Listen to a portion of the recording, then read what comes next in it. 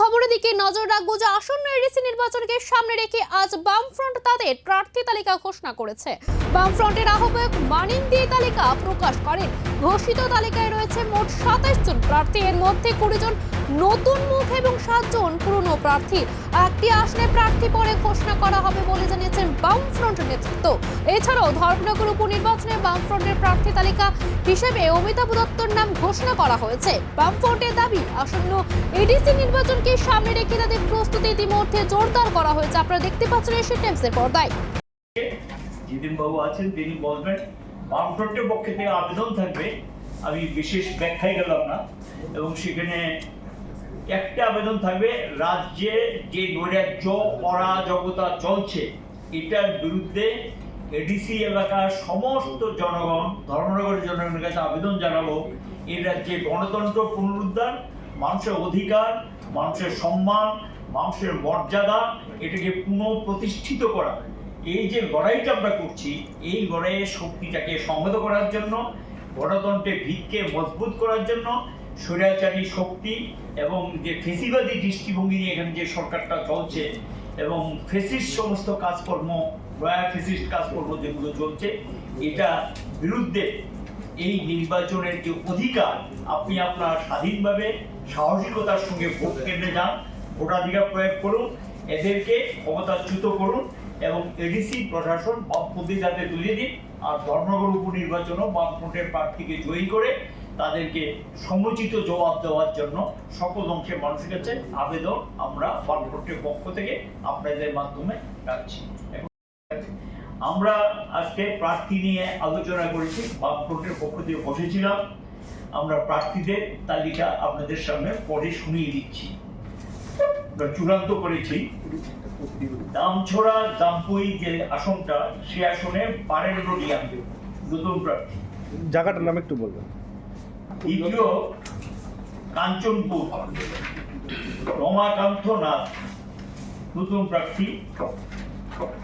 মাছপাড়া আমরা ফরওয়ার্ড ব্লকের জন্য রেখেছি, এটা আমরা আজকে ঘোষণা করতে পারলাম না, আমরা অপেক্ষা করছি, তাদের প্রার্থী চূড়ান্ত হলে আমরা আপনাদেরকে জানিয়ে দেব। করমছড়া সাধন চাকমা নতুন প্রার্থী। ড্যামছড়া কচুছড়া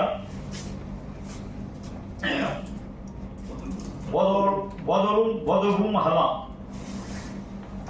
পুরাতন প্রার্থী। সামনু খুশিরাম ত্রিপুরা নতুন প্রার্থী। মনু রাহুল দাস নতুন প্রার্থী। রাইমাভেলি সুমতি রঞ্জন চাকমা নতুন প্রার্থী। গন্ডাছড়া গঙ্গানগর ধনমণি রিয়াং নতুন প্রার্থী। দঞ্চমণি রিয়াং, অ্যাকচুয়ালি নামটা হলো দঞ্চমণি রিয়াং নতুন প্রার্থী। আশ্রামবাড়ি হাল্লাহালি করিম দেববর্মা নতুন প্রার্থী। কুলাই চাম্পাহরে অতুল দেববর্মা নতুন প্রার্থী। তেলিয়ামুড়া মহারানী রতন কিশোর জমাতিয়া নতুন প্রার্থী। রামচন্দ্র ঘাট সমরেশ দেববর্মা নতুন প্রার্থী। মান্দাই পুলিনপুর সূর্য দেববর্মা নতুন প্রার্থী। জিরানিয়া রাধাচরণ দেববর্মা পুরান প্রার্থী। শিবনা তমাকারী অমূল্য দেববর্মা নতুন প্রার্থী।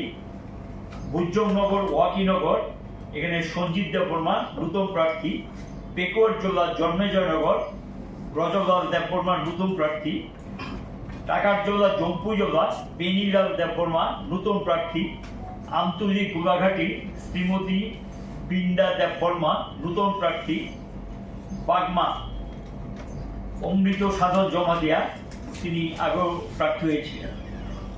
নতুন বাজার মালবাসা মগেন্দ্র রিয়াং, উনি আগেও প্রার্থী হয়েছিলেন। মহারানী চেলাগান হারধন জমাতিয়া, তিনি আরএসপি, তিনি আগেও প্রার্থী হয়েছিলেন। ওমপি পৃথ্বীরাজ কলই নতুন প্রার্থী। বীরচন্দ্র কলসি বরেন্দ্র রিয়াং সিপিআই, তিনি নতুন প্রার্থী। কাঠালিয়া মির্জা রাজাপুর পরীক্ষিত মুরা সিং পুরাতন প্রার্থী, পূর্ব মুহুরীপুর ঘুরাতলি বারজুম রিয়াং নূতন প্রার্থী, বারজুম ত্রিপুরা নূতন প্রার্থী, শিলাছড়ি মনু বনকুক উচাথই মগ, তিনি পুরাতন প্রার্থী। এখানে 20 জন নূতন এবং পুরনো 27 একটা পরে আমরা ঘোষণা করব, এবং সিপিআই 1, আরএসপি 1, বাকি সব প্রার্থী সিপিআইএম দলের। আর আরেকটা বিধানসভা কেন্দ্র উপনির্বাচন হতে চলেছে, সেটা হলো গিয়ে ধর্মনগর বিধানসভা কেন্দ্র। এখানে উপনির্বাচন হবে যে কোনো সময়। আমরা আমাদের প্রার্থী ঠিক করে নিয়েছি বামফ্রন্টের মিটিংয়ে আলোচনা করে। আমরা এই কেন্দ্রে প্রার্থী হিসাবে অমিতাভ দত্তকে, সিপিআইএম এর প্রার্থী হিসেবে, অর্থাৎ বামফ্রন্টের প্রার্থী হিসেবে অমিতাভ দত্ত, যিনি সিপিআইএম করেন, আমাদের রাজ্য সম্পাদক মন্ডলীর সদস্য, তাকে এই বাই ইলেকশনে আমরা প্রার্থী হিসেবে ঘোষণা করছি বামফ্রন্টের পক্ষ থেকে।